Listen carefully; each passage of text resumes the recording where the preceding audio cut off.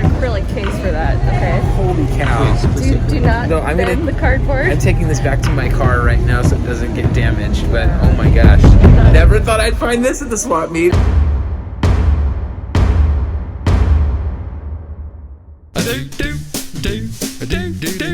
Mort. Hey,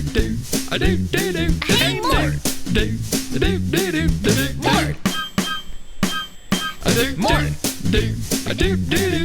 Mort. Mort. Mort. Hey, Mort. Go, Mort. I'm so glad to be here. It's beautiful. You look beautiful today. Look at you. Oh, how adorable you are. Today is a great day. I'm meeting up with some friends of mine from Arizona. That's right, Dan and Elisa from JRPGLife are here. I happened to arrive at the swap meet a little earlier than they did, but I know that if you don't get to these swap meets early, you could miss out on some great stuff. Hello, darling. I love finding DS lights at the swap meet. I find them pretty regularly. This one is in pretty good shape overall. The screens themselves are relatively clean. This one, though, I was particularly excited about because it is the Nintendo DS Lite in the box. Can I buy this? I rarely, if ever, see these console boxes anymore, even though I see the consoles themselves quite a bit. I do 80 for both? Give me 90, take them. So I think we both win on this one. I'm getting maybe a little under retail, not a ton. As I'm buying this stuff, the vendor says, just so you know, I've got some Gamecube stuff coming out a little bit later as well. I'm gonna stay a little bit close, but I still want to see what else has been brought out by the other vendors. Dan and Elisa aren't here yet, and they're already missing out on some great finds. I really need a backpack. There's deals. Let's go. How much is this? 2? Okay. I'll do it. These Imaginators figures are the ones to look out for. They have a different base here at the bottom. When you see that, you might look up the value. They might be worth a little bit more. I love digging through original Xbox games, PS2, Gamecube games. How much are games? Because there's always that 1 or 2 games that you just haven't heard of or seen very much. And that was the case here this time for me. I found Worms 4 Mayhem. It begs to be played in multiplayer, couch multiplayer. This is one of the best series you'll ever play because everyone is just shouting and yelling and having a great time. It's a strategy kind of a game, but it's also a lot more than that. It's not a very intense strategy game. It's a very funny and humorous one. During this era, everything was trying a 3D version, even if it was always a 2D version game. Worms in 3D is a really neat idea. In execution, it's never felt so good to me that it's replaced the 2D version of the series. But this is one I've never tried before, and I wanted to give this one a shot. Vendor wanted $8. Back of the case has some wear to it, so I said I'd do 5. The Worms game is going right into the collection, and I'm happy to have it. Michael's just telling me that he went to Hidden Gem Videogames after watching the video on the channel. The owner of the Hidden Gems told me that someone came over and bought the Spider-Man Super Nintendo edition. And they were from Germany. Yeah, that's what he told me. The guy apparently was on vacation, saw the video, and was like, I went to go buy that Marvel set. That's incredible. Good news, Dan and Elisa are here. Bad news, I keep on screwing up Elisa's name. Good news, she's very gracious. Bad news, I'm quite forgetful. They're in the midst of narrating, everybody. What's up? Good news is I'm just going to tell you what happens next. I tell Dan and Elisa about the Gamecube games that are going to be out at this other table. Most of these games are priced right at or just above retail. However, they're like mint.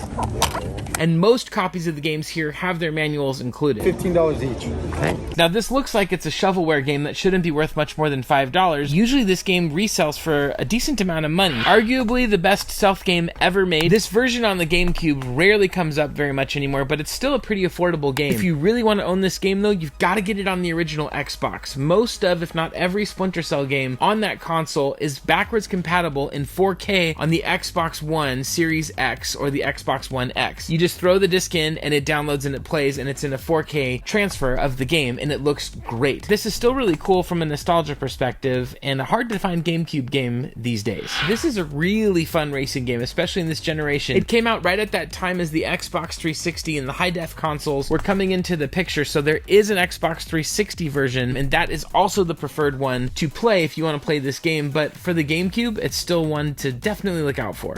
I grabbed these 3 games, 15 each, and then he did 40 for all of them. Dan, is that approved by you? JRPGLife approved. I love this vendor. He always hooks it up with great deals, and today is no exception. I love it when they say we're bringing out a box of games right now. Dan and Elisa are really interested in this white PlayStation 2. Do you know what bundle this came in? Wasn't it like the fitness one? SingStar. I don't want this game, but I want it because I don't have it in my collection. But this is like $2 max kind of a thing for me. Have you played it? Heard it's horrible. Very bad. We've been doing really well on VHS recently. Like, really well. People are really loving VHS these days. There's still something about the feel of VHS movies where there's this nostalgia attached to it for people that really enriches the experience. If you love VHS, make sure to check out this new VHS YouTube channel hosted by RetroWolf88 and a buddy of his. Really worth checking out if you like VHS collecting. Elisa finds this Gargoyles figure. I stole this from Elisa. It's mine now. The only reason she wants it? It's got lighting. This vendor has some mint condition Wii games that are must-haves if you don't already own these for the console. Yes, you can play this on the Switch in high definition. However, it's still great with the Wiimote. I think it's a must-grab. In addition, he has The Legend of Zelda Twilight Princess on the Nintendo Wii. Notice here down at the bottom that the Nintendo logo is in red and white, and on the back, there is this little player's guide available stamp. This is actually the launch version of the game. The reason you know this is because at the time, Nintendo's logo was red and white. However, at some point, Nintendo changed their logo from red and white to just all white or grayish white. If you find Twilight Princess in the non-Nintendo Select version, and it's all white at the bottom, this is actually a pretty hard variant to find anymore. You'll notice on the back as well, the white logo one does not have the little blue sticker, and the discs are a little different too. This one, if you notice the disc itself, it's screen printed and there's nothing colorful or flashy about it. It's fairly flat, and it also says the logo for Dolby Pro Logic 2 on it as well. That's the all white one. This one that has the red logo, the disc has more of a gold sheen to it, and there's no Dolby Pro Logic logo on it as well. So if you're a variant collector and you want to get all the different variants, that's when you're gonna need. I don't know that this needs to be a thing that we all spend lots of money on because it's the white logo variant. It's just kind of cool to notice. But then the vendor says, I've got some toys you may be interested in. Take a look at these. That's cool. I'm not a toy collector. In rare cases, I might grab something because it's representative of something obscure or unique from my childhood. Okay, here is something I never thought I'd come across in my life. That's the first time that I see it. Of all of the things I've ever found on this channel, this is probably the most unique thing I've come across. This is a Mario figure from the Super Mario Brothers movie. This actually has the official Nintendo licensed product logo on it. I've actually never seen the Super Mario Brothers movie upon which this figure is based. As a kid, when I saw the trailers, it looked just a little too dark for my interest. It also looked really bad. And if you can tell that as a kid, that's usually saying something. I think the history of the movie is probably more interesting than the movie itself. I don't really care. I'm a bit of a cinema snob. I could do a whole nother YouTube channel just talking about movies. The oddity and the uniqueness through which this figure is here and how it came about, it was just too good of a thing to pass up. Do not bend the cardboard. I'm taking this back to my car right now so it doesn't get damaged, but oh my gosh. Never thought I'd find this at the swap meet.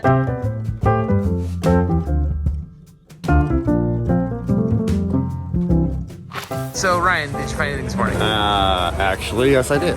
What'd you find? I found about 15 PS2 games. Fallout, Brotherhood of Steel, Yeah. Musha. These I just picked up at another booth. There was just a bunch of good, Where'd you solid find it? titles. Up in the front. This one's a lot of fun. The War of Whiskers? Yeah. Yeah. So we continue to walk through the swap meet and... Hey, I love your shirt. Oh.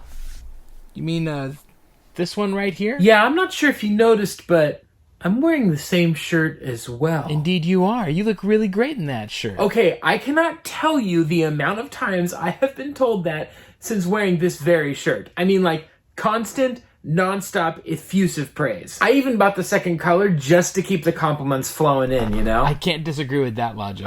Yeah. And $25 shipped for that kind of positive reinforcement? I'll take 4, please. No disagreements here. Wait a second. Are you more... Indeed I am. This is my garage. And how did you get in here? Totally. Anyway, so how do people get these bona fide swag monsters? You have to message me on Instagram Little drip drip. or email me. Drip-a-doo. The information for all of that's in the description below. Mort's Garage. But listen, I don't want to overindulge in self-promotion or come across like I'm trying to sell anything. Oh, dude, I totally get it. Everyone's trying to sell you stuff these days, especially YouTubers. Whatever. It's like, stop trying to sell us your stuff all the time, you know? I just try to be really careful. You are saying what I'm thinking. I'm a major influencer. The world needs more of those. People trust me. I know I do. I'm a serious player in the YouTube game. Player one right here, am I right? Well, thanks for stopping by. Hey, no problem, friend. Gosh, what an amazing shirt. And I mean, for 25 bucks, that's just... How do you beat that, you know? Anytime I come across the game Minecraft on the Xbox 360 or other consoles, I'm usually going to grab it. It usually sells for 15 to 20 bucks online. The Skylanders games had a couple of Nintendo crossovers. One of them was this racing game series. I definitely see these Nintendo characters more as amiibos and not as Skylanders. Anytime there's an amiibo for a couple bucks, I'm going to grab it. I had to introduce Dan and Elisa to Michael. Take a look at Banner, Michael! Michael had some pretty great stuff at his booth today, like this complete-in-box copy of International Superstar Soccer, and this copy of Spider-Man Web of Shadows. 60. Yeah, that's a great price. Dan and Elisa definitely found a few things from his booth. So we're trying to complete our 3DS collection. It's the best deal you could give me on those. 42. 240. Deal. Whoever you are, wherever you may be, I just want you to know, Bluey is the greatest television show ever made. I don't normally buy Atari and television, Commodore, any of that era of games, but some of the artwork on it is pretty darn great. First thing I got was this sealed disc arranger, which is, I think, some kind of a management something for Apple computers. Also found this copy of Spider-Man for the Atari. I just think this artwork is pretty great. That's really the only reason that I bought it. However, the game that I missed out on was this Communist Mutants from Space game. I don't care if I never have the ability to play it. It's called Communist Mutants from Space. I would have bought that had you not grabbed it first. I just love the title of that. I immediately regretted that I didn't see that. Danny and Elisa were like, hey, we really want the Spider-Man game. We got this all for $35. I wish in retrospect what I would have done is traded them this copy of Spider-Man for Communist Mutants from Space if they were willing to do it. I'm still going to offer it to them. Let me ask them right now, actually. Hey, Dan. No, Mort. You can't have Communist Mutants from Space. Okay.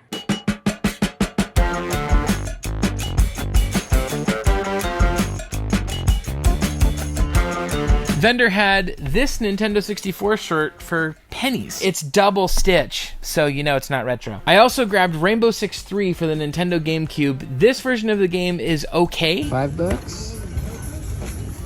$3. Back in the day when it came out, people loved it because of the online multiplayer, which the Nintendo GameCube did not have. Lastly, I found this little set of figures for Super Mario Brothers for my children to play with because I'm a grown man and I don't play with toys, just old video games. Let's move on. All right, my man's hooking me up here today. We got the little figure set for $8, GameCube game for $5, and this T-shirt for $3, and he knocked it down to $15. Thank you, sir. You're welcome. Finally, I gotta go to Caesar's booth and see what he's got for sale, and my man did not disappoint. Hello. First thing I find is this copy of Need for Speed Most Wanted for the Xbox 360. Still considered one of the best street racing style games of all of them out there. Nothing beats Burnout 3 Takedown, but you know, we already all knew that. Another confession time. I think Itchy and Scratchy is a great parody of Tom and Jerry, but it's my least favorite part of The Simpsons. I just don't think it's that funny. It's amusing in the world of The Simpsons, but it's not something where I've always been a fan of that the way I am of other aspects of The Simpsons. But this Game Boy version of Itchy and Scratchy is, I mean, it's practically mint. $35 for both? Are you kidding me? That's amazing. Because this is 40. Yeah, it's 41. So you give me $5 off that, and you're just giving me that for free. Yeah, almost. Thank you. So basically, you give me this for 30 and this for 5. Yeah, bro. You're my kind. No, dude. Thank you. This is going straight to my collection. I'm definitely keeping this one. Dan and Elisa are also finding a bunch of stuff at Caesar's booth. Rumor has it we like RPGs, That's to be even pretty. if we can't play them. Caesar hooked them up with the bundle deal as well. What's the price on that? 100? $100? Wow, nice. Yeah, that's a deal. It's the end of the day. I want to see how many of these GameCube games might still be left at this booth, because I'm just curious about those kinds of things. Let's take a look. In the futuristic, speedy, fast racing games, there's, you know, F-Zero and Wipeout. Those are probably the kings of the genre.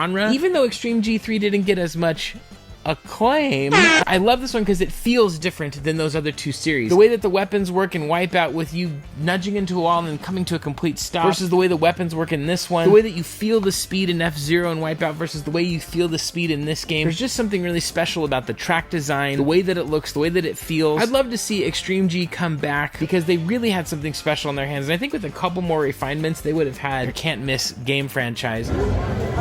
Hey. And it was worth it, the $15, to upgrade my copy from what it originally was to one that's in mint condition.